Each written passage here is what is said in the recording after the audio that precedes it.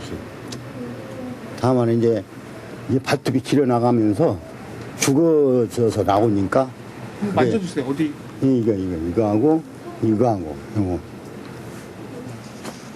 손발톱 무좀은 통증이 없어 그냥 방치하는 경우가 많고 연고보다는 먹는 약을 복용해야 치료 효과를 높일 수 있다. 발 무좀이 이제 오래되는 경우에 발하고 붙어 있거든요, 발톱이. 그러니까 그 발 끝에서 이렇게 해가지고 들어갈 수가 있고 발톱이 이제 어디 가서 이렇게 부딪히거나 그러면은 그 부분이 변성이 되거든요. 그런 경우는 이제 병에 대한 저항력이 좀 떨어지기 때문에 균이 2차적으로 감염될 수가 있습니다. 발뿐만 아니라 손톱과 발톱 그리고 각질층이 있는 피부라면 어디든 나타날 수 있는 무좀. 두피에 무좀균이 감염되면서 병변 주변에 탈모가 동반되기도 하는 두부백선. 그리고 흔히 마른 버짐이라 불리는 얼굴에 발생하는 안면부 백선이 있다. 또 몸통에 무좀균이 증식하는 체부백선과 자신의 발을 만지다가 손에 감염되는 수부백선이 나타날 수 있다. 마지막으로 사타구니 부분에 가려움증을 동반하면서 나타나 성병으로 오인하기 쉬운 완선도 무좀균이 원인이다. 무좀으로 오랫동안 고생한 사람들은 민간요법에 관심을 갖기 쉽다. 가장 대표적인 것이 식초요법. 고질적인 무좀 환자라면 한 번쯤은 시도해봤을 정도로 많은 사람들이 효과가 있는 것으로 알고 있다. 이런 것도 해보고 저런 것도 해보고 하는 거죠. 이렇게.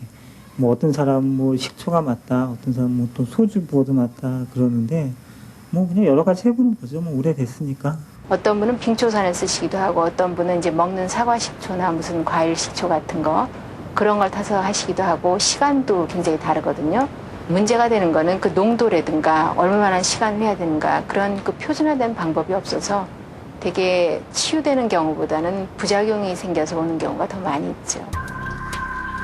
식초나 백반을 사용하는 경우 일시적으로 가려움증을 덜어주는 효과가 있을 수는 있지만 식초산 때문에 피부에 화상을 입거나 벗겨지는 부작용이 나타날 수 있기 때문에 피해야 한다.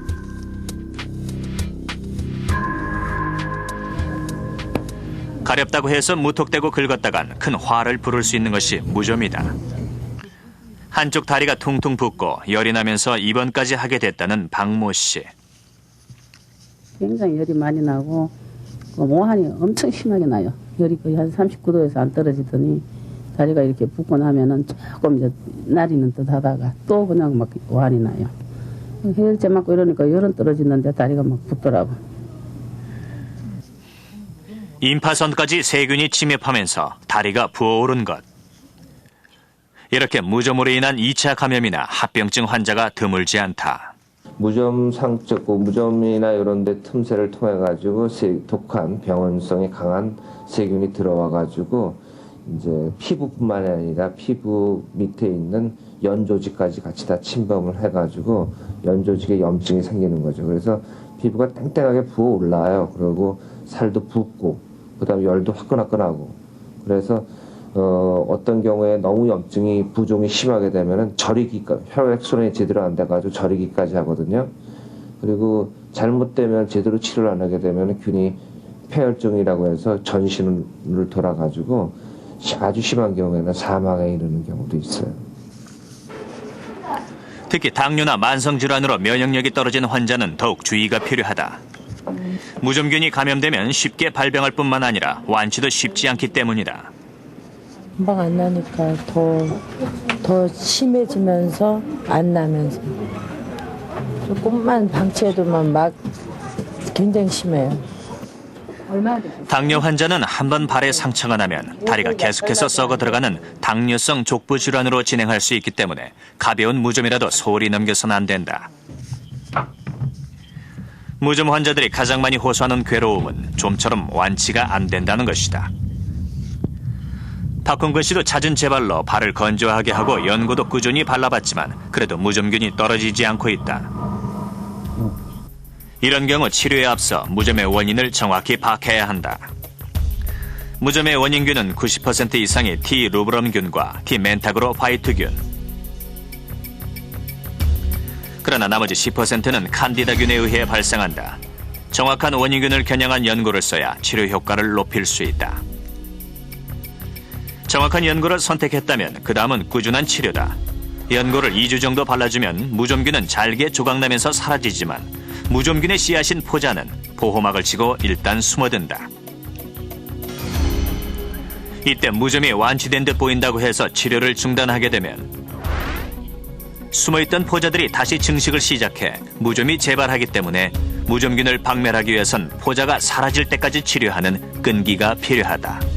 좋은 약을 선택해서 바르게 되면은 한 2주나 3주 후면은 많이 좋아져요. 근데 대부분의 사람들이 거기서 중단하거든요.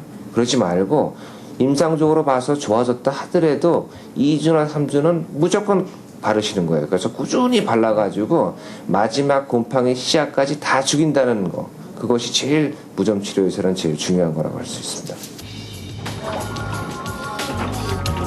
한 번 걸리면 무좀보다 더 끈질겨야 완치할 수 있는 무좀. 때문에 무좀균이 좋아하는 환경을 애초에 차단하는 일이 중요하다. 우선 무좀균은 습한 곳을 좋아하기 때문에 발은 항상 건조하게 유지해야 한다. 신발과 양말은 땀이 차지 않도록 두세 켤레를 번갈아 신고, 양말은 땀 흡수가 잘 되는 면 소재를 착용하고 신발도 통풍이 잘 되는 것을 신어야 한다. 마지막으로 당뇨 환자는 가벼운 무좀이라도 큰 화를 부를 수 있기 때문에 특히 예방에 힘써야 한다.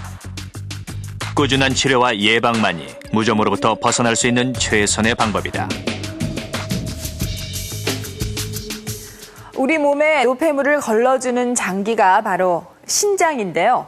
70% 이상 망가질 때까지도 아프다는 신호가 없습니다. 그 어떤 장기보다도 자각 증상이 없기 때문에 방치되기 쉽고, 그러다 보면 신장 기능이 급격히 나빠져서 인공투석을 받아야 하는 만성 신부전증이 되는 경우가 많습니다. 그래서 매년 4,200명의 새로운 투석 환자가 발생합니다.